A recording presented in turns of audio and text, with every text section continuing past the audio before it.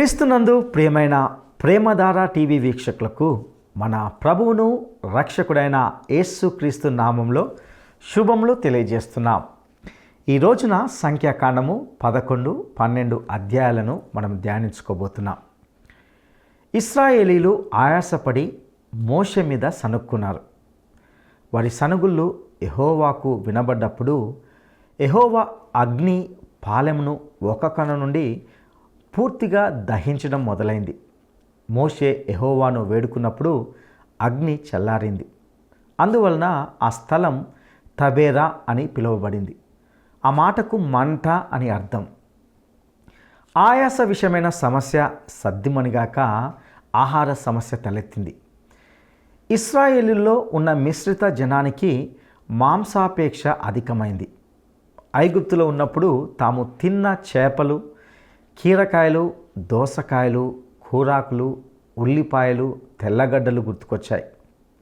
ఇప్పుడు తమకు మన్నా తప్ప మరేమీ లేదు అని సనుక్కున్నారు. వారి ఏడుపు మోషేకు వినబడింది. వారి విషయమై మోషే ఎంతో వ్యసనపడి దేవునికి మొరపెట్టాడు.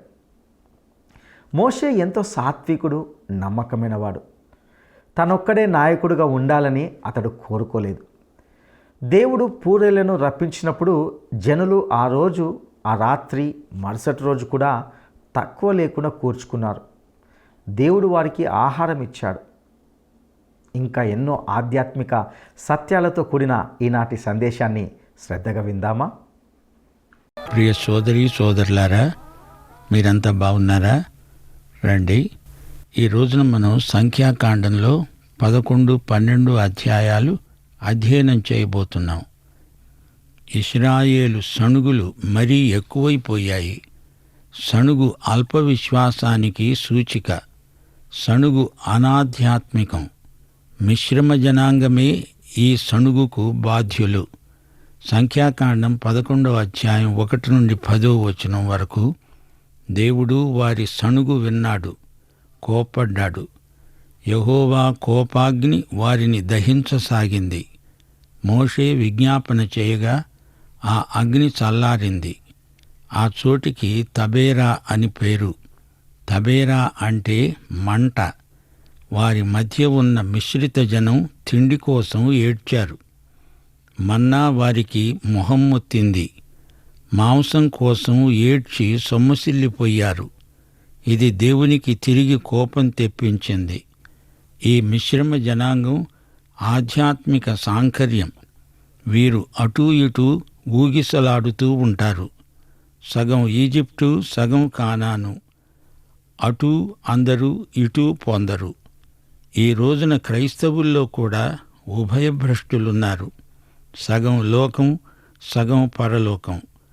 ఇశ్రాయేలీయులు మిశ్రిత జనాంగంతో కలిసి శోకన్నాలు పెడుతున్నారు.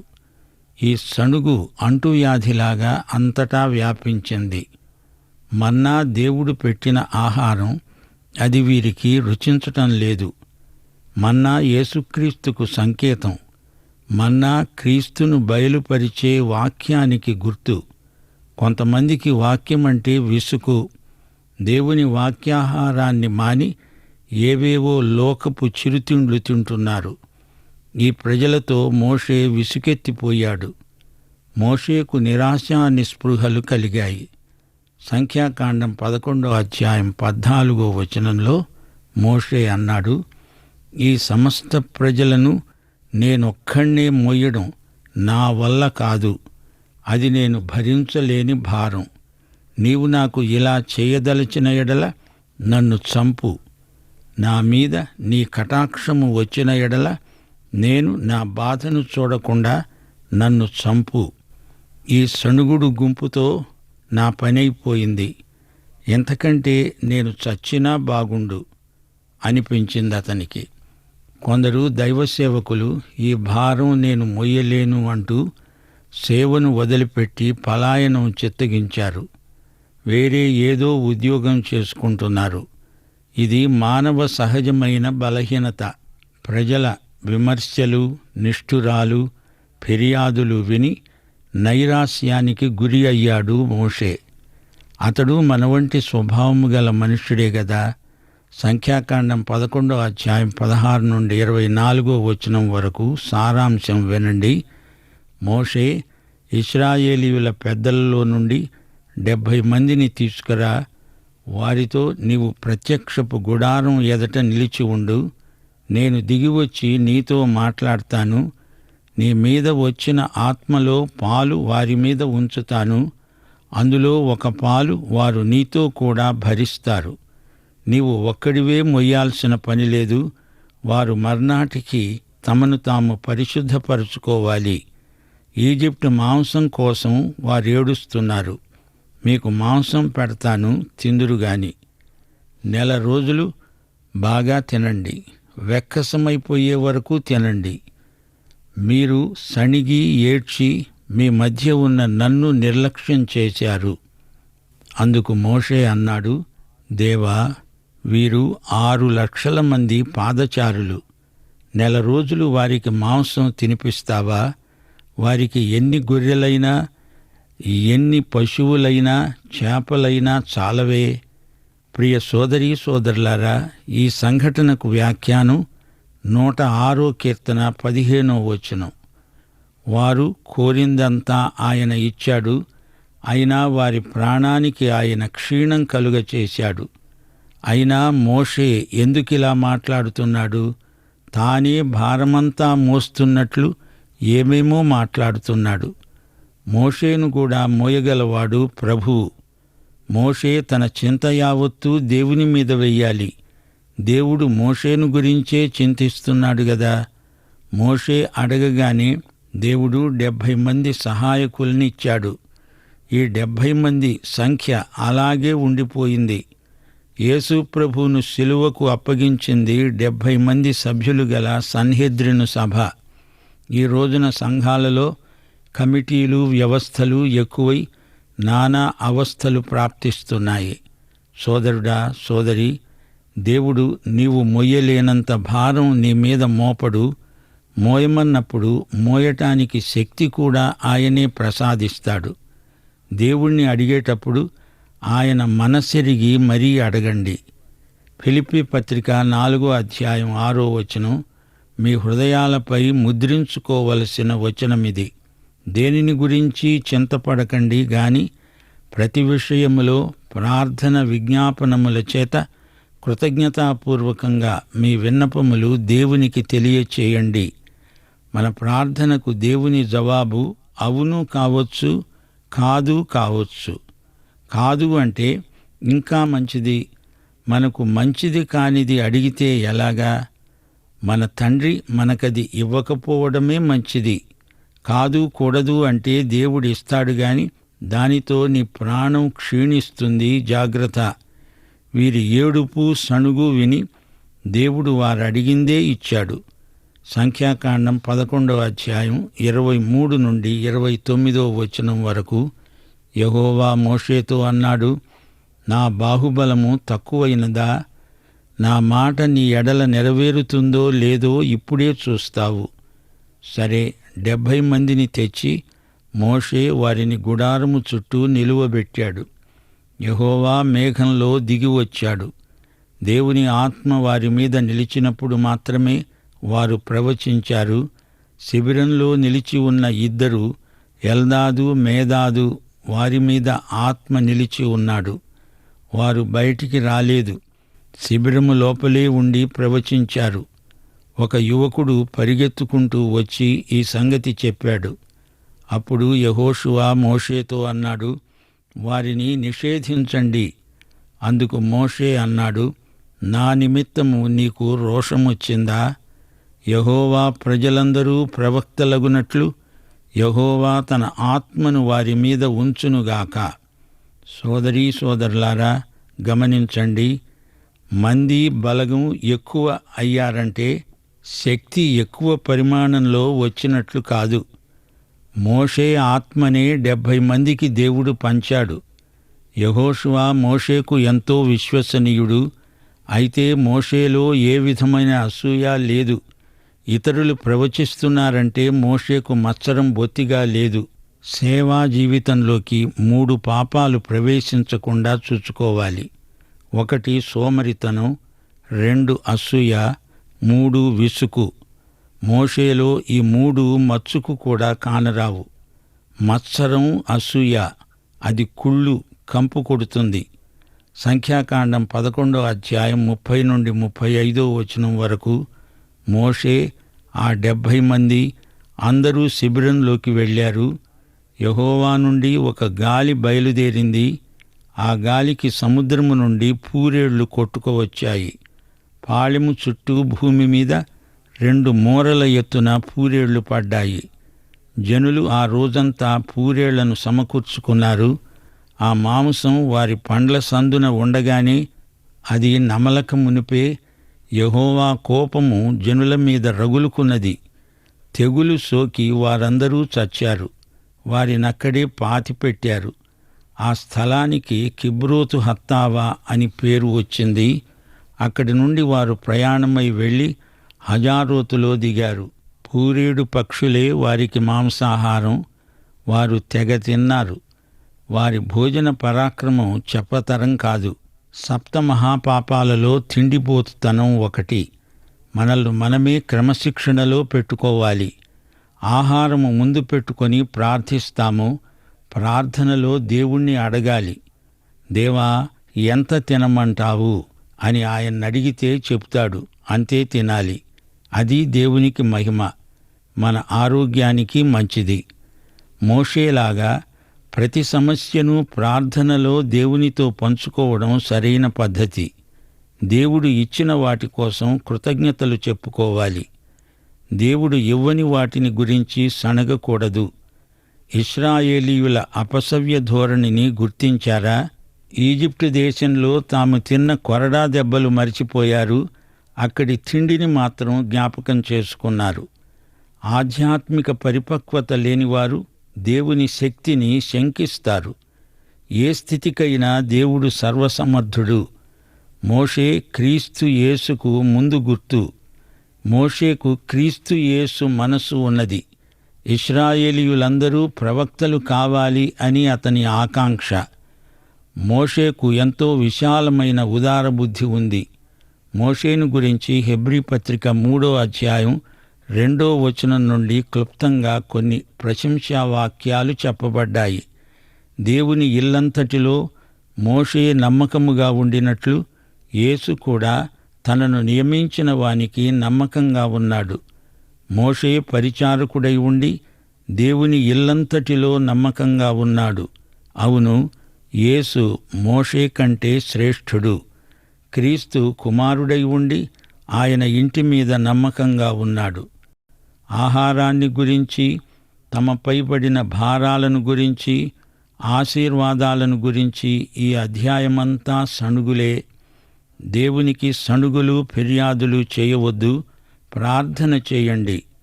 ఇతరులకు దేవుని ఆశీర్వాదాలను అందించాలి గాని ఫలాని వారిని ఆశీర్వదించవద్దు అని దేవునికి చెప్పకూడదు. సరే, ఇప్పుడు సంఖ్యాకాండం 12వ అధ్యాయంలోకి రండి. అభిప్రాయ భేదాలు అనాధ్యాత్మిక రోగానికి చిహ్నాలు. అహరోను, మిర్యాము ఏవేవో ఫిర్యాదులు చేస్తున్నారు. మోషే పదోన్నతిని గురించి వీరికి అసూయ కలిగింది. అయినా మోషేలో వ్యక్తిగతంగా వీరు ఎట్టి లోపము వేలుపెట్టి చూపలేకపోయారు. మోషే భార్యను గురించి అభ్యంతరం వెలిబుచ్చుతున్నారు. ఆమెను నిర్దాక్షిణ్యంగా విమర్శిస్తున్నారు. ఆమె సౌశీల్యాన్ని హత్య చేసే ప్రయత్నంలో ఉన్నారు. ఆ తరువాత అహరోను పశ్చాత్తప్తుడయ్యాడు. మిర్యాము దేవుని అధికారాన్ని, మోషే అధికారాన్ని నిరసించింది, తూలనాడింది. ఆమెకు కుష్ఠురోగం ప్రాప్తించింది. ఇప్పుడు వివరాలు వినండి. మోషే కూషు దేశపు స్త్రీని పెళ్లాడాడు గనుక మిర్యాము, అహరోను మోషేను విమర్శించసాగారు. మోషే ఒక్కడేనా ప్రవక్త? దేవుడు అంతమాత్రం మా చేత పలికించలేడా? యెహోవా వీరి మాటలు విన్నాడు. మోషే భూమి మీద ఉన్న వారందరిలో మిక్కిలి సాత్వికుడు. దేవుడు మోషేను, అహరోనును, మిర్యామును ప్రత్యక్షపు గుడారానికి రమ్మని ఆజ్ఞాపించాడు. ముగ్గురూ వచ్చారు. దేవుడు అహరోను, మిర్యాములతో ప్రత్యేకంగా మాట్లాడాడు. నేను ప్రవక్తలకు దర్శనమిస్తాను, వారి ద్వారా మాట్లాడతాను. అయితే నా సేవకుడైన మోషే ప్రత్యేకమైన వ్యక్తి, నా ఇల్లంతటిలో నమ్మకమైనవాడు. నేను మోషేతో ముఖాముఖిగా మాట్లాడతాను. అతడు నా స్వరూపమును నిదానించి చూస్తుంటాడు. నా సేవకుడైన మోషేకు విరోధంగా మాట్లాడారే, మీకు భయం లేదా? దేవుని కోపం వారి మీద రగులుకుంది. ప్రత్యక్షపు గుడారము నుండి మేఘం ఎత్తబడింది. మిరియాము కుష్ఠురోగి అయింది. అహరోను ఆక్రందన చేశాడు. అయ్యో నా ప్రభువా, క్షమించు, మేము అవివేకులం. మిరియామును ఈ కుష్ఠురోగంతో ఉంచవద్దు. వెంటనే మోషే విజ్ఞాపన చేశాడు, దేవా, ఈమెను బాగు చెయ్యి. దేవుడన్నాడు, ఈమె 7 రోజులు అలా ప్రత్యేకంగా ఉండాల్సిందే. ఆ తరువాత ఆమెను చేర్చుకోండి. ఆమె శిబిరము వెలుపల కుష్ఠురోగిగా 7 రోజులుంది. ఆ తరువాత ఆమె చేర్చుకోబడింది. అంతట వారు హజారోతు నుండి సాగి పారాను అరణ్యంలో దిగారు. సోదరీ సోదరులారా, మోషేకు కూడా కుటుంబ సమస్యలున్నాయి. మోషే భార్య పౌరసత్వాన్ని బట్టి కూషీయురాలే కాని పుట్టుకను బట్టి మిద్యానీయురాలు. ఆమె పేరు సిప్పోరా. అరేబియాలో మిద్యాను ప్రాంతం కూషు దేశం. దాన్నే ఇథియోపియా అంటారు. మిద్యాను అబ్రాహాము కెతూరాలకు పుట్టినవాడే. మోషే పెళ్లాడింది ఒక విధంగా అబ్రహాము సంతతే. కూషు ప్రాంతంలో ఉంది గనక కూషీయురాలు అన్నారు. మోషే అక్కలో అక్కసు పొడసూపింది. వీడు ఇంత గొప్పవాడా? పసికందుగా ఉన్నప్పుడు జమ్ముపెట్టెలో నైలు నదీ జలాలపై తేలియాడే వీణ్ణి కనిపెట్టి కాపాడింది నేను. నేటికి గొప్ప నాయకుడయ్యాడు. పైగా కూషు మనిషిని కట్టుకున్నాడు. అహరోను ఈమెకు వంత పాట పాడాడు. సోదరీ సోదరులారా, యేసు తరువాత మోషే అంత గొప్ప సాత్వికుడు ఎవరూ లేరు. సాత్వికం బలహీనత కాదు. సాత్వికమంటే దేవునికి లోబడడం, అపవాదిని ఎదిరించడం. ప్రవక్తలందరూ ఒక ఎత్తు, మోషే ఒక ఎత్తు. దేవుడు ముఖాముఖిగా స్నేహితునితో మాట్లాడినట్లే మోషేతో మాట్లాడాడు. ద్వితీయోపదేశకాండం 18వ అధ్యాయం 18వ వచనం, వారి సహోదరులలో నుండి నీ వంటి ప్రవక్తను వారి కోసం పుట్టిస్తాను అన్నాడు దేవుడు. ఆయన యేసుక్రీస్తే. మోషే యేసుక్రీస్తుకు ముందు గుర్తు. మోషేను అనాలోచితంగా నిరాధారంగా విమర్శించినందుకు ఆమెకు కుష్ఠురోగం వచ్చింది. అది దేవుడు విధించిన శిక్ష. ఆమె కోసం మోషే విజ్ఞాపన చేయగా దేవుడు ఆమెను స్వస్థపరిచాడు. వారం రోజులకు కాని ఆమెకు స్వస్థత రాలేదు. ఆమె మూలంగా 7 రోజులు వారి ప్రయాణానికి అంతరాయం కలిగింది. మిర్యాముకు కుష్ఠురోగం వచ్చింది. మరి అహరోనుకు రాలేదే? అహరోను ప్రధాన యాజకుడు. అతనికి కుష్ఠు వస్తే అతడు యాజక సేవ చెయ్యలేడు. అందుకే దేవుడు అహరోనును మిర్యామును శిక్షించినట్లు శిక్షించలేదు. అహరోను ఈ పాపంలో మిర్యామును వెంబడించాడు. అహరోనులో అంతర్గతంగా నైతిక బలహీనత ఉంది. నిర్గమకాండం 32వ అధ్యాయంలో బంగారు లేగదూడ విగ్రహం చేయడానికి కారకుడు అహరోనే. పరమగీతం 2వ అధ్యాయం 6వ వచనం, ఈర్ష్య పాతాళమంత కఠోరమైనది. పరస్పర సంబంధాలలో ఈర్ష్య ప్రళయాన్ని సృష్టిస్తుంది. సౌలు రాజుకు దావీదు మీద ఎంతో అసూయ కలిగింది. అయితే సౌలును దావీదును ప్రజలు సరిపోల్చుకున్నారు. అసూయతో నిండిన వాడై దావీదును హత్య చేయడానికి పూనుకున్నాడు సౌలు రాజు. చివరికి సౌలు తన రాచరికాన్ని పోగొట్టుకున్నాడు. విషాదకరంగా జీవితాన్ని ముగించాడు. మానవ సంబంధాలు ఈర్ష్యాసూయల చేత నాశనమైపోతాయి. దేవుడు తన సేవకుడైన మోషేను సమర్థించాడు, బలపరిచాడు. మిర్యామును చూడండి. అన్నదమ్ముల మధ్య, అక్క చెల్లెండ్ల మధ్య మనస్పర్ధలు, అసూయ కలగడం కొన్ని సందర్భాలలో సమస్యగా పరిణమించవచ్చు. మోషేకు పెళ్ళైనప్పటి నుండి నా తమ్ముడు నాకు దూరమైపోయాడనే భావన ఆడబడుచుగా ఆమెకు కలిగింది. అయితే ఆమె తిరుగుబాటును దేవుడు గద్దించాడు, శిక్షించాడు. ఇందులో మోషే సాత్వికం రుజువైంది, ధృవీకరించబడింది. మనం కూడా ఎవరినైనా విమర్శించేటప్పుడు అసలు మన ఉద్దేశ్యమేమిటో ఆత్మ పరిశీలన చేసుకోవడం ఎంతో అవసరం. విమర్శ వినాశనాత్మకం కాకూడదు. అసూయ చేత మాట్లాడి అది సద్విమర్శ అంటే సరిపోతుందా? నిన్ను నీవు హెచ్చించుకోవడానికి మరొకరిని తగ్గించడం తప్పు. మిర్యాము మంచి తలాంతులు గల మహిళ. అయితే తమ్ముడు అధికారంలో ఉంటే చూచి ఓర్వలేకపోయింది. మిర్యాము మంచి గాయని కూడా. ఇంత మంచి సేవకురాలికి అసూయ ఎలా పుట్టుకొచ్చింది? శరీరానుసారమైన మనస్సు దేవునికి విరోధం. ఇశ్రాయేలు జాతీయ చరిత్రలో ఇదే సమస్య కొట్టవచ్చినట్లు మనకు కనిపిస్తుంది. వీరు సమస్యలను గురించి ప్రార్థించలేదు, సణిగారు. సణుగు ప్రార్థన కాదు, సణుగుకు జవాబు రాదు. సణిగి వారందరూ అరణ్యంలో రాలిపోయారు. కోరహు, దాతాను, అబీరాముల గతి ఏమైంది? భూమి నోరు తెరిచి ఈ తిరుగుబాటుదారులను మింగేసింది. సంఖ్యాకాండంలో దేవునికి ప్రజలకు మధ్య ఉన్న దూరాన్ని క్రీస్తు బొత్తిగా తొలగించాడు. ఆయనే తండ్రి వద్దకు మార్గమయ్యాడు. పరిశుద్ధత దేవుని ప్రజల ప్రత్యేక లక్షణం. దేవుని బిడ్డలారా, శోధనలు కోకొల్లలుగా మీ చుట్టూరా ఉన్నాయి. చరిత్రలో ఇశ్రాయేలు నుండి పాఠం నేర్చుకొని శోధనలను జయించండి, ప్రభువును మహిమపరచండి. అహరోను, మిర్యాములు మోషేను కాదు, దేవుణ్ణి విమర్శించిన వారయ్యారు. దేవుని నియామకాన్ని, దేవుడు నియమించిన అధికారాన్ని తృణీకరించారు. మరో మాట, ఈ అధ్యాయంలో మోషే తనను తాను సమర్థించుకోలేదు, దేవుడే మోషేను సమర్థించాడు. తీర్పు చెప్పవలసిన వాడు దేవుడు. మరణశిక్ష తరువాత అంత కఠినమైన శిక్ష కుష్ఠురోగం. మిర్యాముకు అది ప్రాప్తించింది.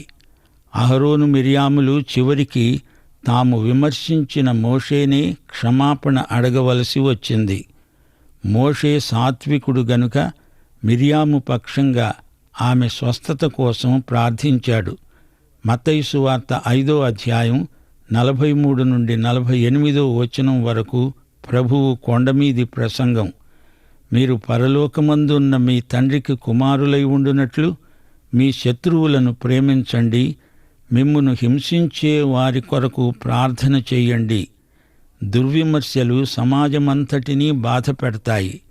యాకోబు పత్రిక 4వ అధ్యాయం 12వ వచనం, పరునికి తీర్పు తీర్చడానికి నీవెవడవు? దేవుడే న్యాయం విధించేవాడు. ఆయనే రక్షించడానికి, నశింపచేయడానికి శక్తిమంతుడై ఉన్నాడు. ప్రియ సోదరీ సోదరులారా, యేసు ప్రభువు మత్తయి సువార్త 11వ అధ్యాయం 28వ వచనంలో మనకు పిలుపునిస్తూ అన్నమాట ధ్యానించండి.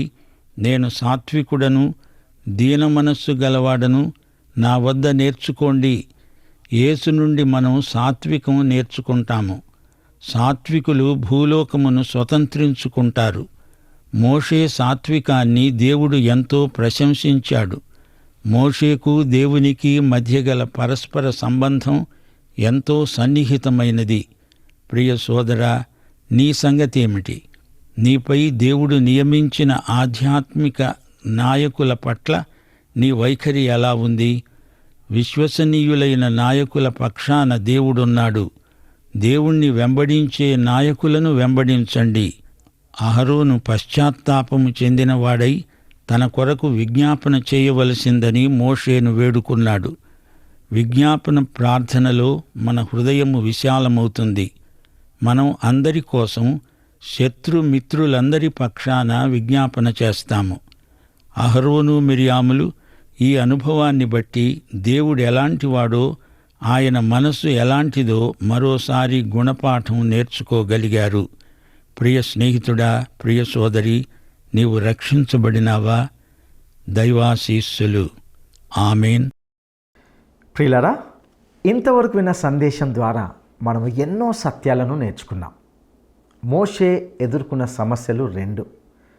ఒకటి నిర్వహణ సమస్య కాగా రెండవది ఆహార సమస్య. ఈ రెండింటినీ దేవుడు పరిష్కరించాడు. సర్వ సమాజంతో మోషేకు ఎదురైన సమస్యలను దేవుడు పరిష్కరించినట్లే అతని వ్యక్తిగత కుటుంబ సమస్యలకు కూడా దేవుడు అతనికి తోడుగా నిలిచాడు. మోషే ఒక కూషు దేశపు స్త్రీని పెళ్లి చేసుకున్నందుకు మిరియాము అహరోనులు అతనికి విరోధంగా మాట్లాడారు. ఈ విషయంలో మోషే తను తాను సమర్థించుకోలేదు, కానీ దేవుడే అతని పక్షాన నిలిచి అతనికి సమర్థించి మాట్లాడినట్లుగా చూస్తాం. మోషే నా ఇల్లంతటిలో నమ్మకమైన వాడు, నేను అతనితో ముఖాముఖిగా మాట్లాడతాను, అలాంటి నా సేవకునికి వ్యతిరేకంగా మాట్లాడడానికి మీరు ఎందుకు భయపడలేదు అని దేవుడు వారిద్దరిని నిలదీశాడు. ప్రియులారా, దేవుడు ఎవరిని హెచ్చిస్తే మనము వారిని హెచ్చించాలి.